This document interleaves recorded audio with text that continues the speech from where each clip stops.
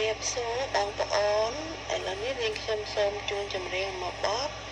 ដែលមានឈ្មោះថាកូនស្រីអ្នកនេសាទហើយចម្រៀងនេះគឺជាខ្ញុំជាអ្នកច្រៀងចាសូមស្ដាប់ទាំងអស់គ្នាបងប្អូន